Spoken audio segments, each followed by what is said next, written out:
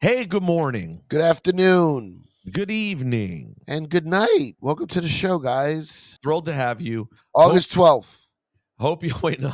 Hope you'll go to the Patreon and enjoy last week's episode with Nems if you didn't hear it because it was terrific. And Cipha and I are going back to back, doing a nice full episode for the freebies, the cheapskates, and then boom, hitting you with another full episode for the Patreon. So we hope you'll subscribe to Juan Eppa's Life on Patreon. Now, August 12th. Well, August 11th, Syph, is Hip Hop 50. I don't care about that. No, Syph, it's the 50-year anniversary of the culture of hip hop. Oh, the fake agreed upon date of when hip hop started. Okay. Happy anniversary, hip hop. Because nobody was DJing before August 1st. Nobody was fucking throwing records on a turntable before August 1st, 1973. Everybody was just out there with their fucking bands. Yeah, it was only rock music. That was all that existed up till then. And that was it. And then one day rap started. But August 12th, so Saturday, you're airing Saturday nights?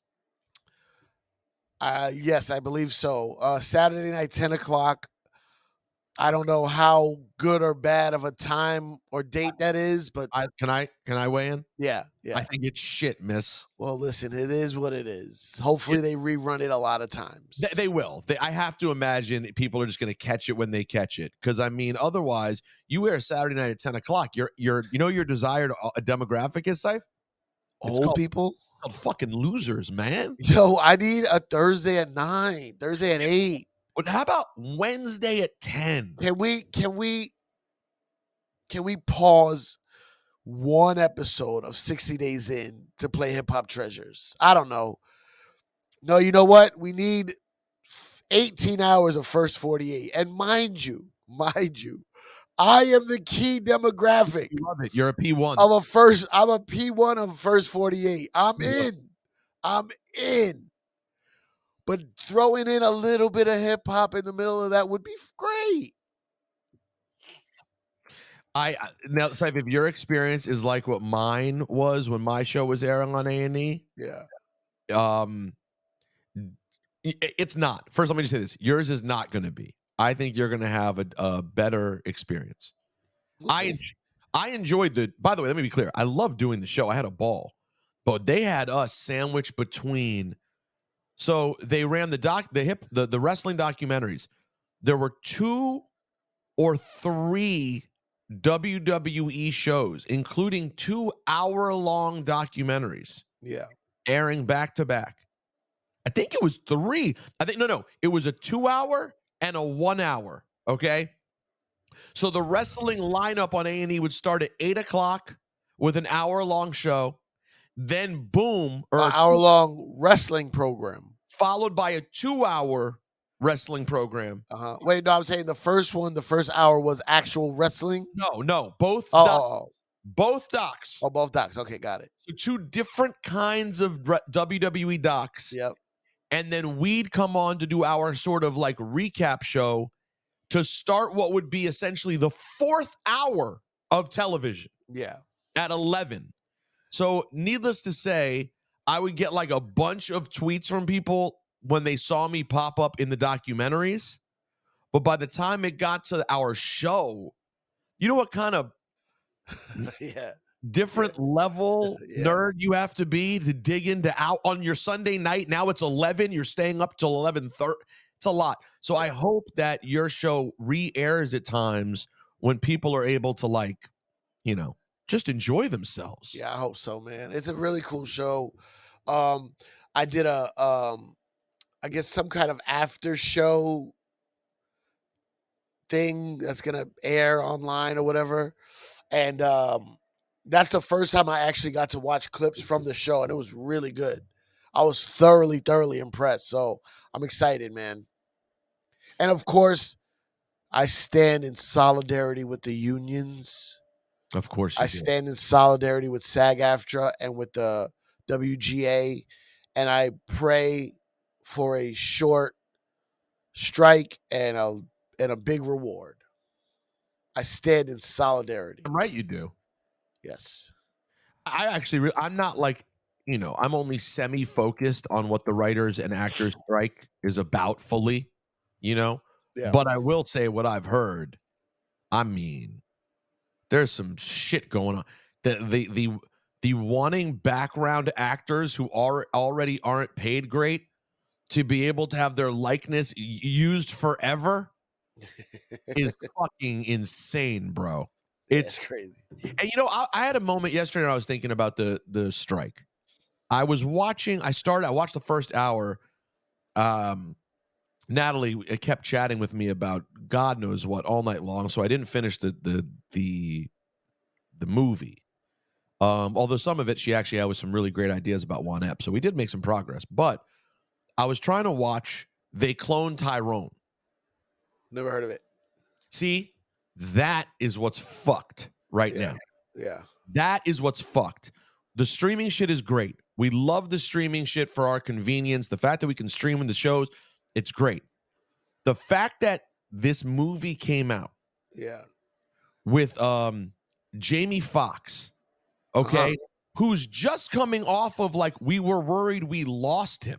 This movie is currently, I was watching and I was like, this is fucking good. I just looked. It's 93% on Rotten Tomatoes, okay? Jamie Foxx, John Boyega. Who's that? John Boyega's from... John Boyega. Oh, he's from the Star Wars movies, but that's not where The black guy. Black guy from Star Wars. He's from Attack the Block. He's in The Woman King. He's in Attack the Block. He's in the Star Wars movies. Is he in Attack the Block?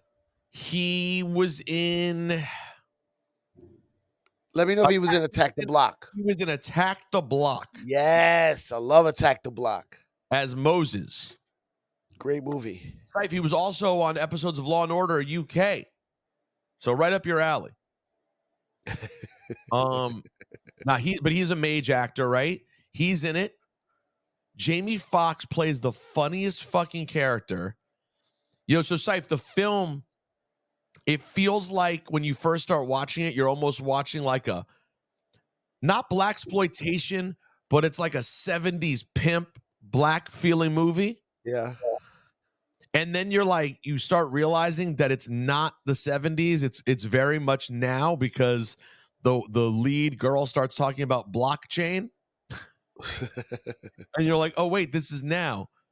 And the Jamie, Cipha, this movie is up your alley, bro. No, Cipha, it's border. I know you don't stop what you're doing, so I can't get you to stop ever doing anything. But whenever you get when are you traveling again? When are you on a plane next? Friday. Okay. Can you trust me enough to say you'll make it your Friday movie viewing on the plane? I can't promise, but I'll try. Can you try to bump it to the top of the list? I'll try. Yes. It's about how essentially what they realize is that there's cloning happening in this black neighborhood, and all the black people are being cloned, and they're getting to them through shit like putting poison in the fried chicken. Oh God. No, but it's like a comedy, but it's like playing on all the shit that people do on some level believe. You know what I mean? But to an extreme, there's a whole underworld operation. It's silly. It's intentionally over the top, like the white man's the devil kind of movie. Yeah. And Jamie Foxx plays this scared pimp who is all pimped out in every way, but anytime anything gets serious, he's like, hey, yo. He doesn't want any problems with anyone. He's threatening people, but never doing anything. Hilarious. My point is, I'm sorry, that long-winded endorsement for a movie that I have nothing to do with is simply to say that's one of the concerns I have if I'm an actor or a writer. You do these projects now, and they just sort of get released on streaming. And then another thing is at least with my show, at least if you're watching A&E, a commercial will pop up of the show I'm on, Hip Hop Treasures, August 12th. Oh, for sure. Netflix shows, there's no, I wish there was a channel on Netflix. I wish there was one, I don't know what we call it, one section where it was just almost like live TV.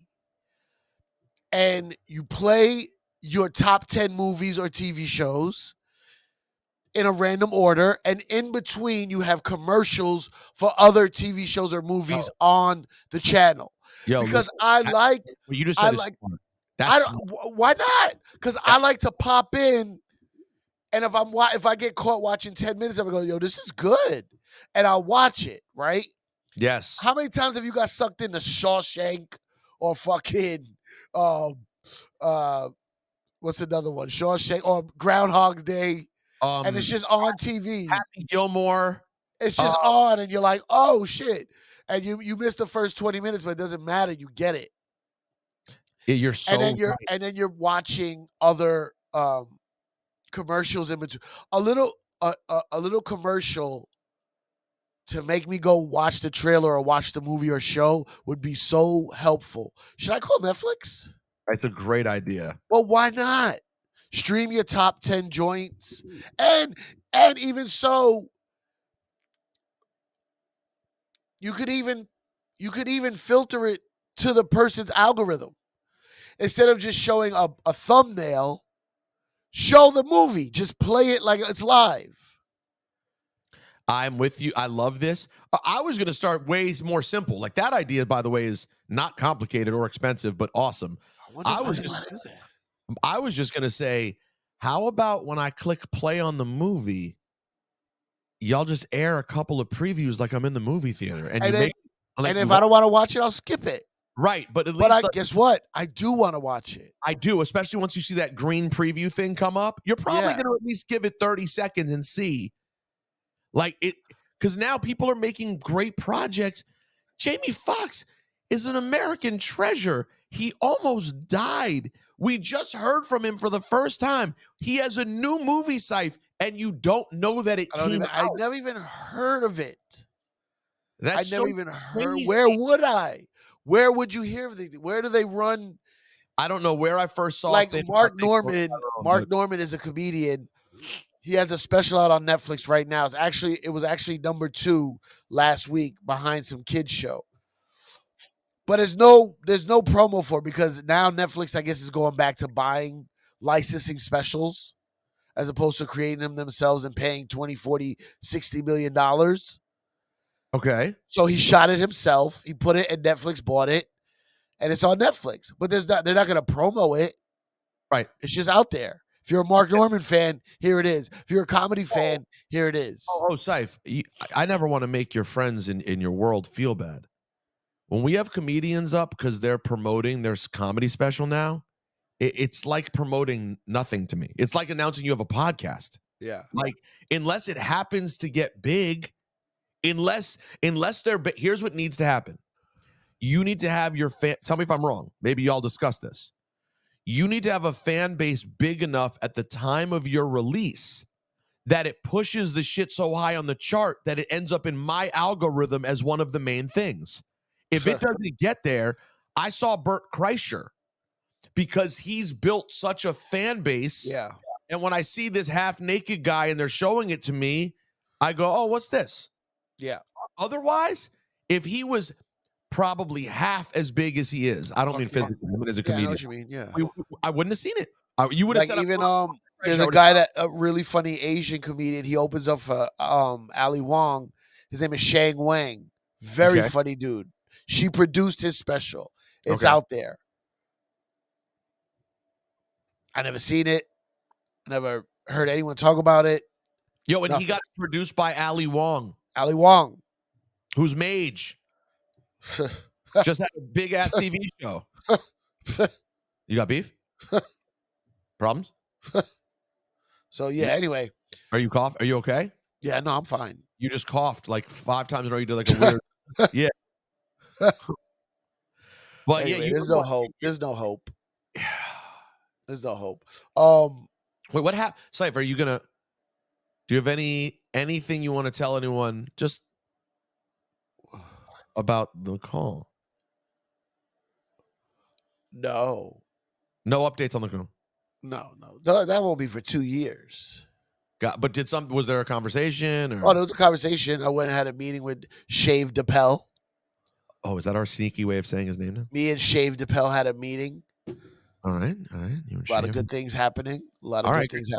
Oh, I advise my audience, my Yeah. fans, all 32 of you on the Juan podcast. No, we have 700 patrons, and you don't. 700 patrons plus all the freebies.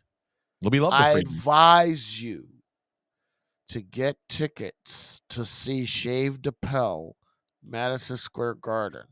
Wait. By the way, it's funny you say that. I was going to ask you. I so rarely ask you for a favor. Yeah. Can I be your intern for one of the nights to Shave Chappelle? Sure. I can get you in. Yeah. I like to roll with you, though. I'll just be quiet and follow Cipha Sounds around. But there is a lot of stuff happening. Oh, really? Yes. Like a lot of, because that's around Dave's birthday. What are the dates on these Shave Chappelles again? All right, there's 22nd and there's 23rd of August. Okay, I'm gonna put on the calendar. But there might be some added shows. All right, I'm putting Dave.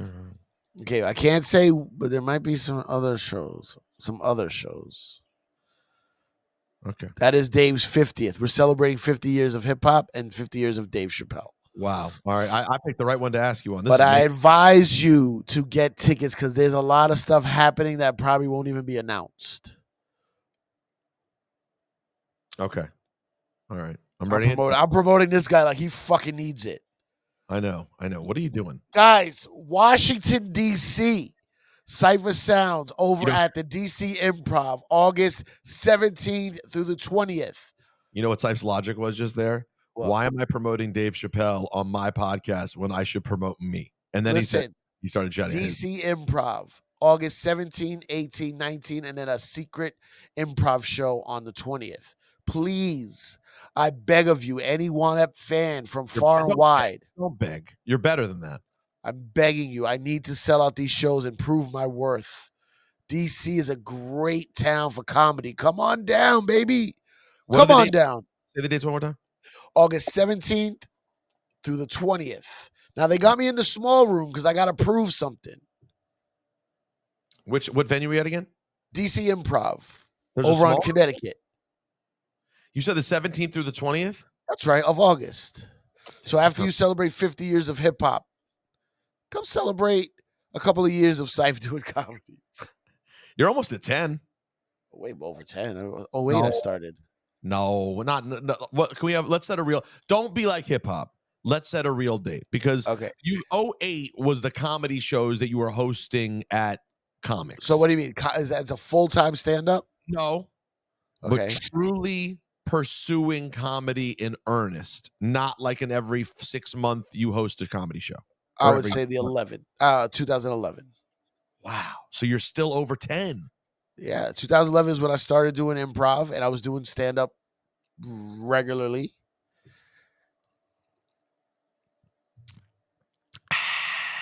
Sorry, happy there. By the way, you see the shirt I'm wearing today? No, I can't see it.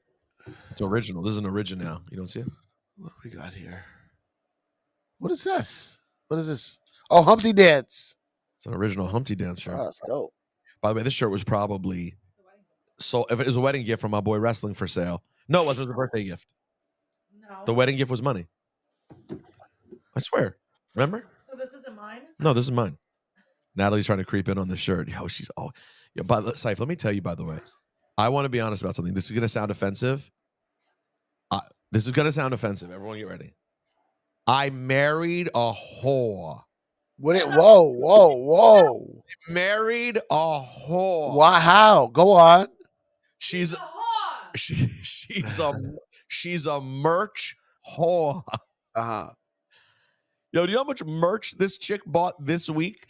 For what? Where was she? She went to Drake and Beyonce. Oh, shit. And this merch whore, how many you get at Drake? She got 3 at Drake. How much are those? 60 a piece or some shit? Bootleg. The bootlegs were fire. Where are the bootlegs? Outside? Yeah, outside the bootlegs. Now, wait, real quick. The one inside, how much they charge you for that 21 Savage shirt? 45 inside for the tour shirt. But no, babe, you lied. You got 4. I got 4. Sorry. Because she went with my niece. Okay. And about an hour Shh. about an hour before the concert started, we went and had dinner. And for some reason, my niece and nephew are just now discovering, like they're 15, and they're just now, because the algorithm, getting into the DJ Khaled's Funny, the stuff from like 3 years ago. but it's like, it's a little more ironic with this age group. Like it's a little bit more like, what the fuck is wrong with this guy, right? That's kind of the right. you know, like we all kind of knew him and know it's funny and weird. They're like, it's like cringe almost to them. Like, what's wrong with this guy? Yeah. Oh, But so it's not aging well. No, but I mean, I guess it is though, because they do love it. They do love it. So ultimately, I guess that's all that matters. But it's like they don't have a context fully of him in the same way. So they're showing me the videos they like of his and laughing. And I go, I say, have you seen I Like What Drake Like? And Cipha, do you know I Like What Drake Like? No. I figured you wouldn't. He doesn't? No, but Cipha isn't into Khaled's antics. There's too much history there. Cipha wasn't celebrating the, randomness of the Khaled videos. It has a different meaning. So I had to show them. I was like, y'all haven't seen I Like What Drake Likes? And they were like, no, what's that? And basically what happened was Khaled went through a period where I guess he was hyping Drake's appearance on the last album. And I think the first time around he was talking to Speedy. Here you go. Oh, the Speedy interview is crazy. When you work with Drake, if he sends you something, oh yeah, I do know this. unbelievable. Oh, this is with Elliot. This is with Elliot, actually. It's facts. Don't fight it. Yeah. The other day was mixing. Yo, how you like the mix? You know what I'm saying? Even if I wanted to turn the hi-hat up, even if I thought this needed, I like what Drake like. Right? Even if this one part sounds, and I thought I could change. Yeah. Drake, you like that? I love it. You understand what I'm saying? Right. So now if I was a rapper. So by the way, it's funny too, because of all the Khaled crazy things he said, this is the one I understand the most. Like if Drake was sending me songs, that would be my answer about like, how does it sound? I'm like, is he good with it? Yeah. I think we're good with it. Yeah. So I showed them I Like What Drake Likes. There's a bunch of different ones. There's him at a club and he goes, this is where Drake goes. I like, that's actually in Turks and Caicos. I like what Drake like. So I show it to them and they love it. 3 hours later, Natalie and Jessa come back from the Drake concert wearing matching shirts that say, I like what Drake like. Wow. That was the merch they were selling at the concert. And That's it has great. a little Khaled logo like on the back. That's great. Yeah. So they get the I Like What Drake Like shirts. And she gets a 21 Savage shirt, which she at first thought was a Drake shirt. It turned out it was a 21 shirt. And then outside they had the better shirts. This is 21. I like 21. Yeah. 21. Yeah. You know how much merch she got? A lot. How many shirts? A lot. How much did it cost? A lot. Then outside she got these 2 pink Drake bootlegs. So that's 4 pieces of merch, not including that she bought an I Like What Drake Like shirt for my niece. So really 5 pieces of merch. She went to Beyonce on Saturday. Okay. Yeah, you saw Michael Che's Instagram. What'd you say? Michael Che's tweet goes, you know how I know I'm single? Beyonce's in town tonight. and I didn't know. And I didn't know. That's a great Yeah, line. that's great. Yeah, that is so true. If you're with a woman under the age of 45 who has any soul in her whatsoever, you probably know that Beyonce's in town. Did I tell you I went to Drake show? No, you went to Drake? I went to Drake with Shave DePel. Oh, you went with Shave DePel to... Man, what a fucking show, bro. Where'd you see it, by the way? Where? At the Garden. Oh, you went to the Garden show? Yeah, we were doing a walkthrough for Dave's Dave shows. and you stayed for the Drake show. We went to go see Drake, Dave Chappelle, a couple of his friends, his son. And it was fucking it was very so we went to a suite. We had a suite. Oh, I wanted to go down to the Risers because that's where everybody would be, and I wanted to fucking mingle and schmingle a little. which night did you go? Tuesday, Wednesday? Tuesday. Okay. Yeah, because Wednesday I left for Yeah, Montreal. Natalie, that was the night Natalie was there. Oh yeah, it's interesting. Like I got there, he had already been on stage probably 20 minutes. Who opened? Ask Natalie who opened. Was it Little Yachty?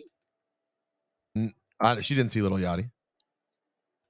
I don't know who opened, but when I got there, he was already in like classic Drake. But like, bro, first of all, the stage, I'm torn. Okay. The stage is amazing. The whole stage is a screen. It's in the middle. It's this cube that all these different images pop up. It's pretty interesting. He's wearing a Nike. Looks like he's wearing like a Nike bulletproof vest. Yep. Very that Drake. lights up. And I'm explaining to Dave how the vest is a constant shot to Kanye, and he didn't understand it.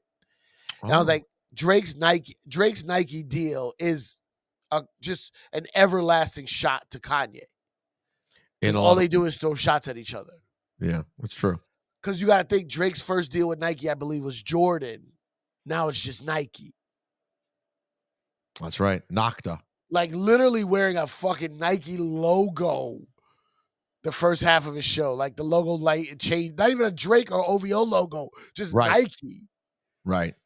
I get it. So he's like, how much is he paying? How much are they paying him for that? I'm like, they're paying a lot. How much? A lot. How much? A lot. But how many vests he got? He would do it for free because it's a shot at Kanye. Agreed. And Dave was like mesmerized by this. Then, so like he's doing hits. I don't know. I feel weird about hip hop artists on stage alone. I don't know why. I like what Drake likes. What Drake likes. I don't know. I feel like a hype man is just so hip hop. I feel like if you don't have a hype man on stage, you're almost not doing full pure hip hop. You know what I mean? I you know what? I do know what you mean. Is this something about you think you'd want to give them more props for being alone, but I actually hear what you're saying. It's like, I mean, listen, there's no hype man like Spliff Star, which he's 100% on Busta's show, right? I don't know, whatever. So like, even like, so what Drake? We should give Bleak his flowers too.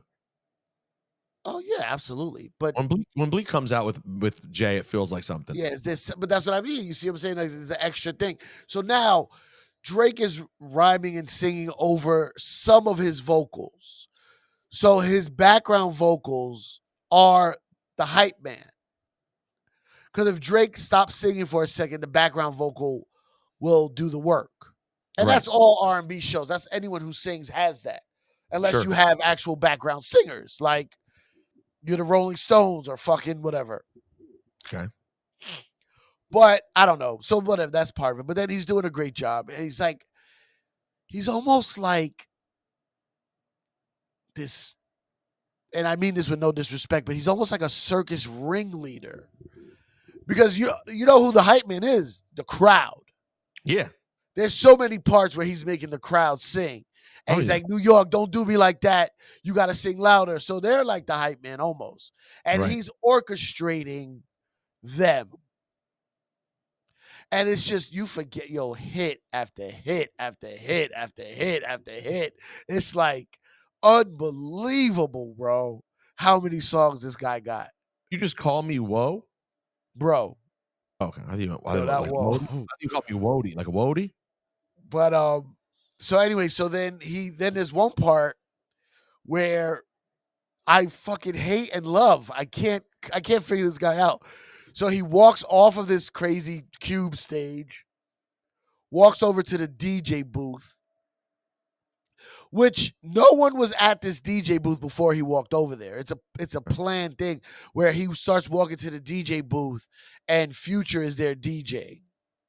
Oh, because he wasn't there before. No, nobody was there. There was no DJ booth. It's all programmed. Right. The songs are coming so sharp on point. There's no DJ. Right. But at this point, Drake's walking over. He's like, yo, we're going to make this to a club. It's kind of interesting because he walks over to the DJ booth, which is not even, there's no DJ booth on stage. It's like in the, where the sound booth is. And he goes, we're going to turn this shit into a club. And then they kind of play all of the house records that Drake has. And it just turns into a party from the DJ booth. And Got even it. Drake's hitting like the sound effects. And then Future's DJing this part. And it's like almost like a little break, but Drake's still on the screen. Okay. And the crowd is, they're singing along, but they're mostly like dancing with each other. It's like a nightclub. Okay. They do that for about a half an hour, whatever. Then And Drake walks. That's where he plays his one dances and all that shit. Even like the house album that I don't know all the songs. Like Right. Yes. Yeah. those, and then it's like, and then there's also like a couple of songs we know, but blended with different house beats. Okay. And the crowd's just like, yo, there's one point, yo, we were in the suite. What song was it? I think it was Nonstop. When Nonstop came on, I could feel the fucking suite shaking. Like everybody in the garden was jumping at the same time. Might have been I was running through the streets with my bro. The whole fucking building was in unison and it shook the suite. It was fucking impressive. Okay. So he walks back to the stage, does a couple of things, and then he like says he's gonna take a break or kind of goes away, and then 21 Savage comes out. Huh. 21 Savage also by himself. Oh, they didn't do stuff together? They did. Drake comes on stage with him after a while. Okay. But he's doing just 21 Savage songs. I guess Drake was doing an outfit change. Okay. So 21 comes out and his DJ is over back where the DJ booth was, but his DJ is hyping him, is hype manning him. Okay. Or unless it was a different guy, his hype man that wasn't on stage, but he was doing the hype man stuff. Okay. So I don't know. I feel like it's a part of hip hop that's like changing. Where like, well, it's part of it's part of showing how big you are. okay, You don't need it. And by the way, it's sort of, I feel like Jay is sort of the beginning of it in a lot of ways. I feel like Jay started eventually going to the no hype man, just him standing on stage. He had a band. He had the band for a while. That's sort of the first step. But now Yeah. Kendrick is definitely dead alone. Kendrick's always been alone. Kendrick's always been alone, yes. But I don't know. It's I just hear a part of it's just a part of hip hop that I like that doesn't get enough. Those guys don't get enough credit. Maybe I'll do a documentary about them. But anyway, so when Drake comes out with 21 Savage, that's when I had to leave. But bro, there was still so many songs that he hadn't done. There was still so many songs that he did do. Now, did you see Drake get into a little online spat No. with Elliot Wilson? I saw one headline, but I didn't. Come on now. You know I'm not going to pay attention to that. I know, but that's what Juan Epps here is for me to fill So you in. what happened? So I think here's how I figured it out. Drake has done Drake's version of media recently was, I guess he did an appearance on Lil Yachty's new podcast at some point because they're like they're close friends. Yeah, he also did that white girl's podcast. And then so if it started out with Yachty, then I think he did the Bobby Altoff podcast. Right? I saw something she posted. She was like, I'm dancing because I'm an industry plant. Yeah, I saw that. Yeah. So, but like that's ironic and true. And true. Like, or what is it? Who is she? I tried to find out like where it all came from, and I couldn't. There's no Wikipedia page. There's no. She's like the Scarlett of white lady. She just blew up on TikTok, and that's what it is. Yeah, I mean, it's interesting. I like it. I like the dry humor. Right. And by the way, I don't think I feel like that's a new thing that's kind of very in right now. I feel like there's a few people doing this. The super dry. Yeah. Drake's always loved the overly dry humor. It's kind of his vibe. So he does Yachty and he does Bobby's show and Elliot posted a comment somewhere. Now, this is coming off the heels of Elliot a couple of weeks ago said something. Oh, someone called Sway the goat of hip hop media. And Elliot like retweeted it with a comment, a snarky comment of some sort. Yeah. All right.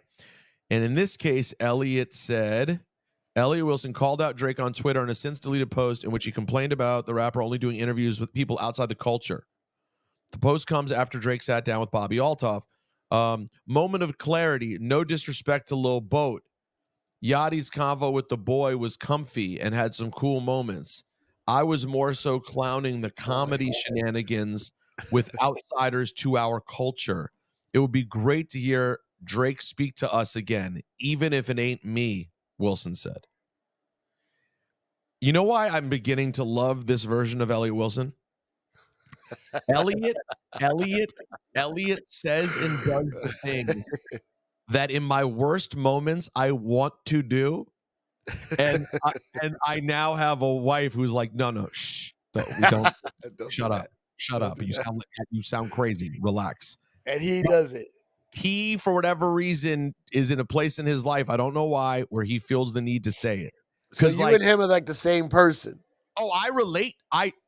Except I need 5 minutes to think about it and go, well, there's two things at play here. Number one, Drake always likes to do random shit. That's always been his thing. Yeah. He never did Hot. He never did The Breakfast Club. Or he did Angie once before. But like, I thought he did do The Breakfast Club. He did something with Charlemagne before. I've seen him with Charlemagne. I've definitely seen him with Charlemagne. What do you mean seen him with him?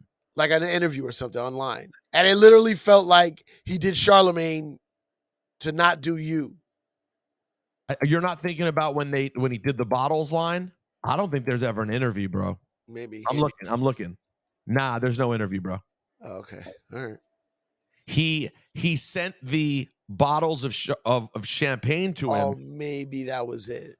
And then they took a picture together, even though he hated Drake used to hate Charlemagne. Hate. And I mean, Charlemagne. And I mean, he still might. I don't know. But between Flex and whatever weird shit happened with us, he ended up saying, "You gonna make me send bottles to Charlemagne." Anyways, Drake likes to he doesn't do the normal thing. He likes to go do fucking the English Cats. He'll go do Semtex. He'll go do Charlie Sloth.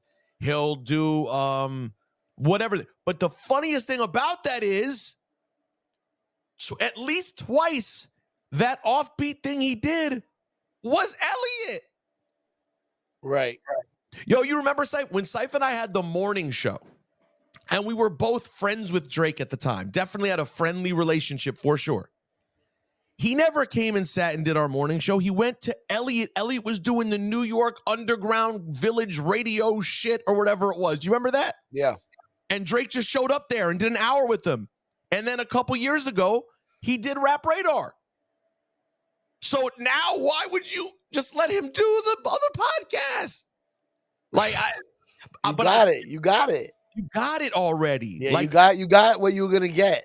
No, not only did you got it, Elliot gets to be Elliot's Jay-Z's mans forever. Always gets good Jay-Z shit. And Drake has come by twice. Yeah. Bruh. That's pretty good. You got it. But Drake's response, I have to admit, Drake. What he say? Oh, he's so savage, bro. Drake, if you go just know that when you take your little shot at Drake, whatever it's going to be, his comment is going to come back and be so extra savage. So I guess academics posted a video of Elliot interviewing Trippie Redd, like standing up with Trippie Redd shirt. Is that Trippie Redd or I literally can't remember. Yeah, it's Trippie Redd. He's standing. He's doing a stand-up interview with Trippie Redd at Rolling Loud, and Drake comments in it, "LOL, man shits on not coming to his platform for a second time, and now Elliot does 10 toes, Now Elliot 10 toes doing Yes Jules run-up interviews at Rolling Loud. Laughing emojis, and then said, just admit the youth took over, big dog. More laughing emojis. Now, I don't know why Yes Jules had to catch a stray in all of this.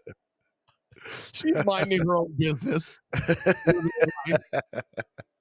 But Drake just uses language in a way that's such fuckery. The 10 toes? I don't even know. What does that mean? Standing up or what? Like, Yeah, I guess because Yes Jules used to maybe do shit for Rolling Loud where she would kind of run up on the artist and do interviews. right? Yeah. You know, which there's no shame in. I that's how I started, was doing interviews Oh, like there's that. no shame in that at all. You know, but people do those interviews. You can get some stuff, but yeah, man. Like Elliot is solidified, bro. Listen, your history speaks for itself. Everyone knows not to him. But the only person you're trying to prove it to is you. And every time he does one of these things, all he does is look worse when you're the only one you're trying to convince, bro. You were editor-in-chief of Double XL. You've been in it. You've done so many things, bro. Anyways, Man. it's an endless. By the way, I just want you to know, I'm talking to you, Elliot, and myself. You're never filling the void. Drake could do your show 5 times. The next one, when he goes and does blank, you're gonna go, oh. If we try. I'm not trying to be all. Who's the guy you like to go see speak? I'm Tony Robbins.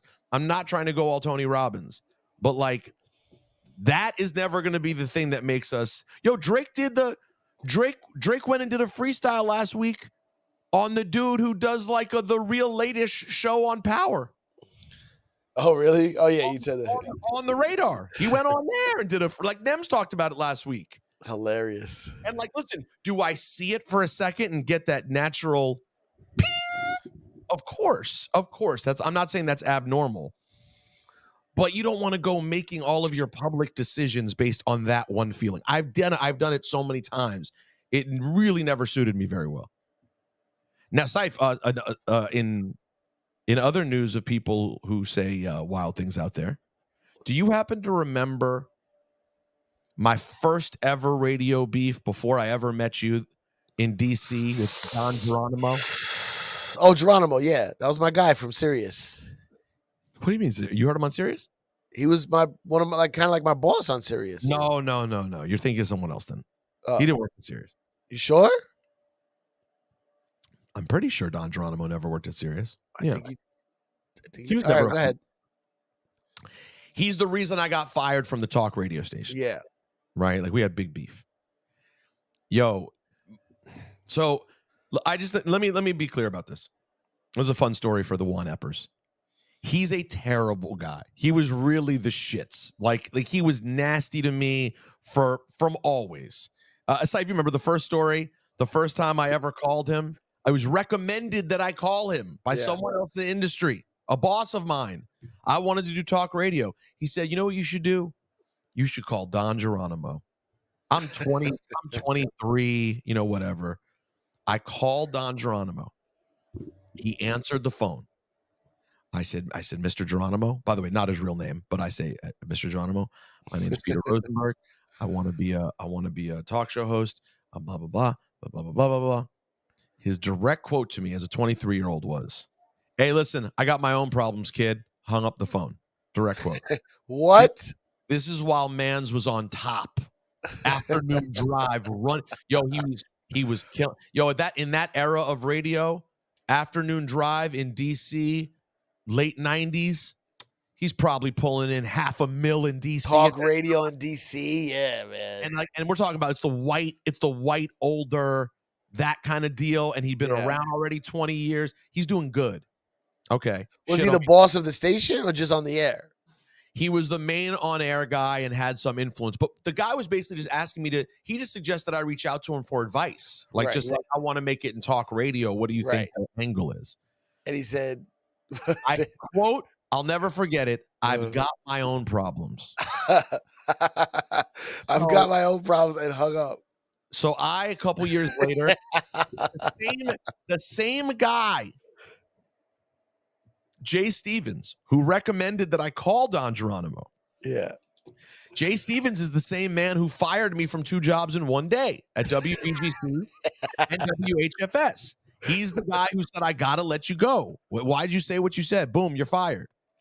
That same man called me back 2 years later after firing me to be like, hey, you should go over to WJFK. I'm going to introduce you to someone. I think there's someone you should talk to. Do you still want to do talk radio? This is after firing me, which I'll always appreciate. I said, yeah, Jay, absolutely. Because it wasn't beef. He just knew he had to fire me. So I was like, yeah, I'd love to do talk radio. I end up at WJFK, the same station that Don Geronimo is still at. And I would love to go back and hear some of the things I used to say on the air because, I was a fucking spark plug, bro. Whatever crazy shit you guys think I did in hip hop to say, imagine if I wasn't scared of getting killed by the people also. Like this was it like politics? No, it was just like I got on the air off top and was just from jump saying the story that I'm telling you right now while on the station with him. Like this guy doesn't fuck with me. He never wanted me here. My whole attitude was just like, how would Howard Stern do it? Just like go balls to the wall, start shit, like, whatever it is. So him and I just never. I saw Baba Booey in the Montreal Comedy Festival. Fa Booey. Do you say anything to him? Yeah, but go ahead. I'll tell you later. Go ahead. So write that down. Don't forget. So I'm off top. I don't think I came in the game talking shit about him because I wanted the job. But then I noticed I started doing evenings, 7 o'clock. I was filling in. Cipha, you've heard this before. This is when Ron and Fez left WJFK to go to Sirius. So I take over the Ron and Fez slot at 7. Don and Mike are on the air from 3 to 7. Don would not acknowledge us. Would not say hello to me and my co-host. Nothing, not a word, never. Wouldn't say a word. Sometimes they'd stay on the air till like 7:10. Right. And then wrap up. Wouldn't say a word to us. His co-host, Mike O'Mara, always showed love. Would say, what's up? He'd see my co-host outside, smoke a cigarette together, chat, be normal, like just, what's up, what's up? His producers, yo, what's up? Don would not say a word. So after a while, I start then mentioning that on the air and start mentioning all the other shit on the air. Like I just start bringing this guy's a dick to the air. Fast forward through lots of shit. I'll save it for my book. It'll all happen one day. He eventually gets me fired after different things happen. I get let go. Since then, in the years that followed, in the 20 years that followed, 18 years that followed, man's went out sad.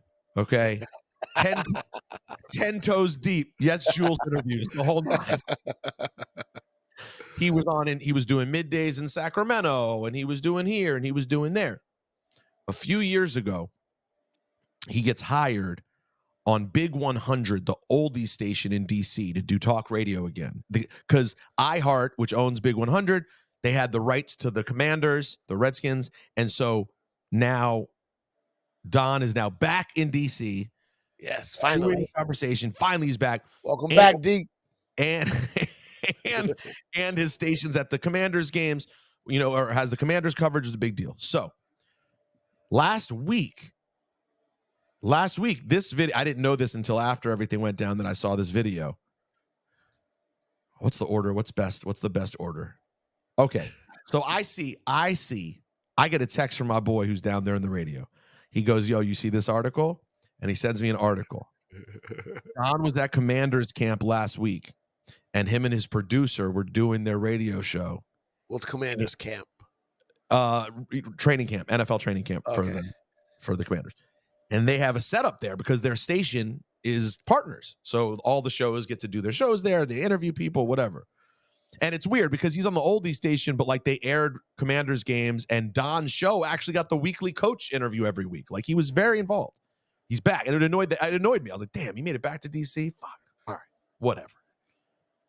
Magic Johnson bought that team. That's right. Well, he's part of the group. That's right. That's right. Okay. Very excited. So is Dave excited? Have you talked to Dave about this? No.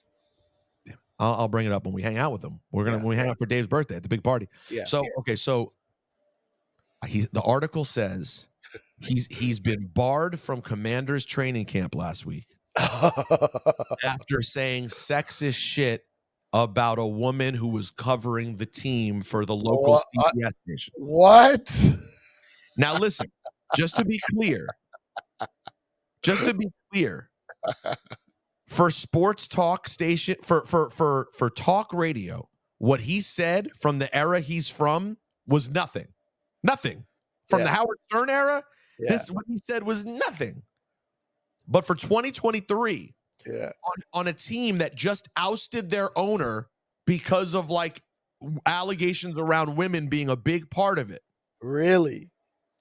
It was something like this. It's a very like pretty woman who's covering the team for TV and loud enough like for her to hear, I believe, and on the air. Not even on the air? On the air. Who's that chick? She looks like Barbie. Who's that? She looks like Barbie. And the guy's like, oh, I think he's your reporter. He's like, nah, I think she's a cheerleader. Keep in mind, she's on TV regularly. Like I recognize her. I don't even live there. Yeah. She's on TV regularly, and she's been doing sports broadcasting for like 17 years. Right? She just happens to be a pretty blonde lady. Yeah. I'm in. Commanders now, with their new brand, immediately he's barred. He's not, he can't come back to training camp. Get out. Okay. And then I look. It's not the old days, bro. Not the old days, bro. So I'm like, let me search his name on Twitter and see what people are saying.